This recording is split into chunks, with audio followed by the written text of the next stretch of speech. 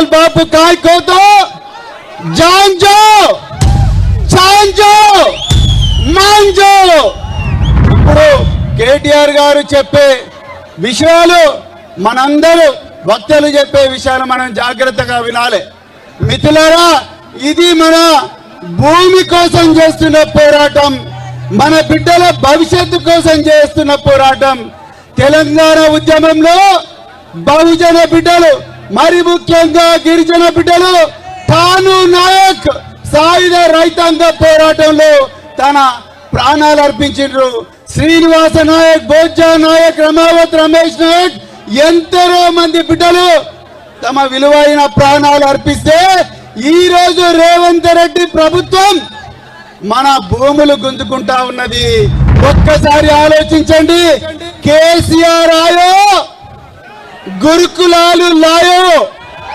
అవునా అవునా కదా కేసీఆర్ ఆయో తండాలు గ్రామ పంచాయతీ కిదో అవునా కదా కేసీఆర్ ఆయో పోడు భూములకు పట్టాలు కిదో రేవంత్ రెడ్డి ఆయో మన భూములు గుంజుకుంటున్నారు కేసీఆర్ ఆయో మన బిడ్డలు ఎందుకు వచ్చిన మానుకోటకు చెప్పవలసిన బాధ్యత మా మీద ఉన్నది లగచర్లలో ఏం జరిగింది అంటే నియోజకవర్గంలో ఏం జరుగుతుందంటే ఒక్క మాట మీరు అందరూ దయచేసి జాగ్రత్తగా వినాలి 9 నెలలుగా లగచర్లలో దుద్యాల మండలంలో అక్కడ ఉండే గిరిజన రైతులు అక్కడ ఉండే దళిత రైతులు అక్కడ ఉండే బీసీ రైతులు తిరగబడ్డారు ముఖ్యమంత్రి మీద 3000 ఎకరాలు 3000 ఎకరాల భూములు మరి పేద చిన్న సన్నకారు రైతుల భూములు ఫార్మా విలేజ్ కోసం అని చెప్పి తీసుకుంటారని చెప్పి ముఖ్యమంత్రి ఈ ప్రభుత్వం మరి కాగితాల మీద కాగితాలు కలుపుతుంటే అక్కడ ఉండే మా లంబాడ అన్నదమ్ములు మా బంజారా ఆడబిడ్డలు తిరుగుబాటు చేసింది 9 నెలలుగా అక్కడ టెంట్ వేసుకొని ధర్నా చేస్తా ఉన్నారు ముఖ్యమంత్రి నువ్వు మా ఓట్లతో కలిసిన సొంత నియోజకవర్గంలో ఓటేసి గెలిపించిన అక్కడి ఆడబిడ్డలు గిరిజన ఆడబిడ్డలను గాని అక్కడ ఉన్న దళిత అన్నదమ్ములను గాని కలుసుకునే టైం ముఖ్యమంత్రికి లేదు ఎక్కే విమానం దిగే విమానం ఢిల్లీకి పోవాలి రావాలి 28 సార్లు వేయండు 28 రూపాయలు కూడా వేయలేకపోయాడు అట్లాంటి ముఖ్యమంత్రి ఈ రోజు సొంత నియోజకవర్గంలోనే ఈ రోజు తిరుగుబాటును ఎదుర్కొంటా ఉన్నాడు మొన్న జరిగింది అధికారులకు వ్యతిరేకంగా జరిగిన నిరసన ప్రదర్శన కాదు అధికారులు పోతే నిరసన వ్యక్తం చేసిండ్రు అదే రేవంత్ రెడ్డి పోతే ఉరికిచ్చి కొట్టటం ఎందుకంటే మీకు తెలుసు ఇదే భారతదేశంలో ఈయన కంటే నేను చాలా గొప్ప అనుకునే నరేంద్ర మోడీనే భారత ప్రధానమంత్రినే సంవత్సరం పాటు రైతులు ఆందోళన చేస్తే ఆ నల్ల చట్టాలు వెనుకకు తీసుకోక తప్పని పరిస్థితి అది రైతుల పవర్ భారతదేశంలో ఇలా రైతులతోనే పెట్టుకున్నాడు రేవంత్ రెడ్డి చిన్న డీజీపీ గారు అయిపోయింది కదా లగచర్ల ఇక్కడ ఎందుకు అంటాడు మానుకోటలో ధర్నా ఎందుకు అంటాడు ఒక్క మానుకోటలోనే కాదు రేవంత్ రెడ్డి ఈ రాష్ట్రంలో అవసరమైతే ఎక్కడెక్కడ బీద వాళ్ళు ఉన్నారో ఎక్కడెక్కడ గిరిజన రైతులు ఉన్నారో ఎక్కడెక్కడ మా దళిత అన్నదమ్ములు ఉన్నారో ఎక్కడెక్కడ బలహీన వర్గాల అన్నదమ్ములు ఉన్నారో మొత్తం 119 నియోజకవర్గాల్లో అవసరమైతే ఆ కొడంగల్ బక్కజిక్కిన రైతుల కోసం తప్పకుండా బీఆర్ఎస్ పార్టీ ధర్నా చేస్తుంది కలం దొక్కుతుంది కదులుతుంది నీ ప్రభుత్వాన్ని కూకటి వేళ్లతో పెగిలించేదాకా వదిలిపెట్టమని మాట కూడా విజ్ఞప్తి చేస్తా ఉన్నా ఇంకొక మాట నేను అడుగుతా ఉన్నా మిమ్మల్ని ఆలోచించమని కోరుతున్నా ఎవరి కోసం ఫార్మా విలేజ్ అల్లుని కోసం అక్కడ ఫార్మా దుకాణం పెట్టి వాళ్ళ సొంత అల్లుని కోసం ఇవాళ పేదవాళ్ళ భూములు గుంజుకునే ప్రయత్నం చేస్తా ఉన్నాడు ఈ ముఖ్యమంత్రి పేదోళ్ళ కోసం పనిచేస్తలేడు అదాని కోసం అల్లుడి కోసం అన్నగారి కోసం తమ్ముడి కోసం వాళ్ళ కోసం తప్ప రాష్ట్రంలో రైతుల కోసం గాని పేదవాళ్ళ కోసం గాని ఈ ముఖ్యమంత్రి పనిచేస్తలేడు ఒక్కసారి ఆలోచించండి ఇంకో 10 రోజులైతే సంవత్సరం నిండుతుంది రేవంత్ రెడ్డి ప్రభుత్వం కూర్చొని ఏం చెప్పిండు అన్నాడు యాదకొండలో మీ అందరికీ మ్యాప్ బాల్కి వచ్చి ఇవాళ ఇక్కడున్న ఎమ్మెల్యే డోర్నకల్ ఎమ్మెల్యే అదే విధంగా మహబాద్ జిల్లాలోని ఇల్లెందు ఎమ్మెల్యే సమాధానం చెప్పాలా. మీరే కదా ఇంటింటికి వచ్చింది, మీరే కదా గల్లీ గల్లీ తిరిగింది. 6 గ్యారెంటీలు అన్నారు, 100 రోజుల్లో అమలు చేస్తామన్నారు, పేదవాళ్ళకు అండగా నిలబడతామన్నారు. ఏ ఒక్క హామీ అన్న అమలైందా ఒక్కసారి చెప్పవలసిందిగా కోరుతా ఉన్నా. కేసీఆర్ ఉన్నప్పుడు రైతు బంధు పడుతుండేనా? పడుతుండే అంటే ఎస్ అనాలి. పడుతుండేనా? కేసీఆర్ ఉన్నప్పుడు రైతు బంధు టైం కొడుతుండేనా? రైతు బీమా వస్తుండేనా? 24 గంటల కరెంట్ వస్తుండేనా? మరి రేవంత్ రెడ్డి వచ్చినాక వస్తున్నాయా? రైతు బంధు ఎగ్గొట్టిండా? రైతు బీమా బంధు పెట్టిండా? బోనస్ బోగస్ అయిందా? ఆడబిడ్డలకు చెప్పిండు కదా నెలకు 2500 ఇస్తానని వచ్చినాయా? మహాలక్ష్మి అన్నాడు, మహారాష్ట్రలో కూడా తన్నులు తిన్నాడు. మహారాష్ట్ర పోయిండు, అక్కడ ఆడబిడ్డలు కూడా బుద్ధి చెప్పింది. వీడు పచ్చి లంగా తెలంగాణలో ఆడబిడ్డలను మోసం చేసిండు, మమ్మల్ని మోసం చేసేందుకు వచ్చిందని చెప్పి మహారాష్ట్రలో ఉన్న ఆడబిడ్డలు చైతన్యం ప్రదర్శించిండ్రు. కాంగ్రెస్ పార్టీని తన్ని ఎలగొట్టారు. నేను మిమ్మల్ని కోరేది ఒకటే, మానుకోటలో ఇక్కడికి వస్తుంటే కొంతమంది ఎమ్మెల్యేలు వాళ్ళు కూడా గిరిజన బిడ్డలే.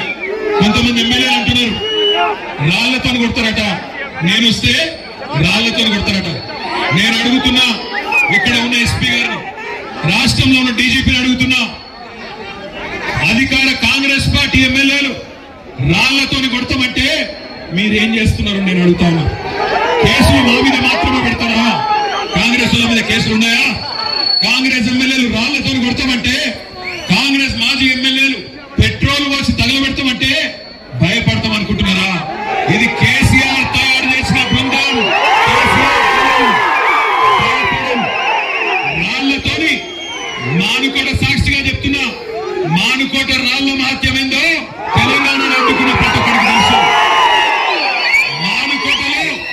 మానుకోటలో 14 ఏళ్ల కిందటనే నిప్పు పుట్టింది, తర్వాత తెలంగాణ వచ్చింది. ఇవాళ మీరు వద్దంటే కోర్టుకు పోయినాం, మీరు పర్మిషన్ ఇయ్యంటే కోర్టుకు పోయి కోర్టుకెళ్ళి పర్మిషన్ తెచ్చుకున్నాం.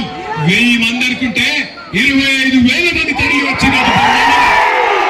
ఈ ప్రభుత్వం మీద ఎంత కోపం ఉందో, ఈ ప్రభుత్వం మీద ఎంత వ్యతిరేకత ఉందో ఇవాళ ఈ మానుకోట మహాధరణ చూస్తేనే అర్థమవుతా ఉన్నది. నేను మీ అందరితో ప్రార్థించేది ఒకటే, తప్పు జరిగింది, మోసపోయినాం, పర్వాలేదు, ఏమి ఇబ్బంది లేదు, 4 ఏళ్ళు గట్టిగా కొట్లాడదాం. ఒక లగచర్ల కాదు, ఎక్కడ అన్యాయమైన గొంతిప్పుదాం. మొన్న లగచర్ల ఆడబిడ్డలు, మా బంగారు ఆడబిడ్డలు,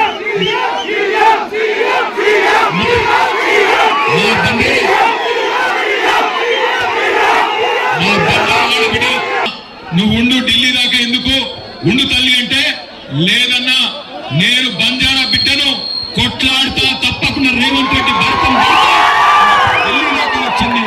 ఢిల్లీకి వచ్చి ఆ జ్యోతి అక్కడ ఉన్న మానవ హక్కుల కమిషన్, అక్కడ ఉన్న ఎస్సీ ఎస్టీ కమిషన్, అక్కడ ఉన్న మహిళా కమిషన్ కలిసి ఆమె బాధ చెప్తుంటే, ఒక జ్యోతి, ఒక దేవి, ఒక సోనీబాయ్, ఒక కిష్టీబాయ్, అదే విధంగా మిగతా ఆడబిడ్డలు వాళ్ళ బాధ చెప్తుంటే ఆ కమిషన్ సభ్యుల కళ్ళల్లో కూడా కన్నీళ్లు తిరిగినాయి.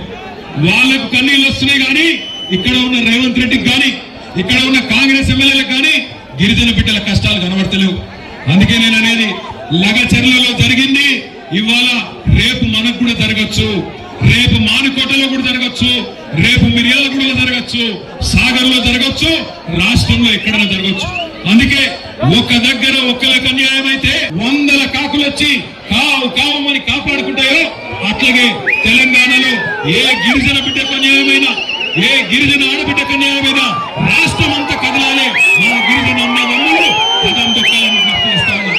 మీరే కదా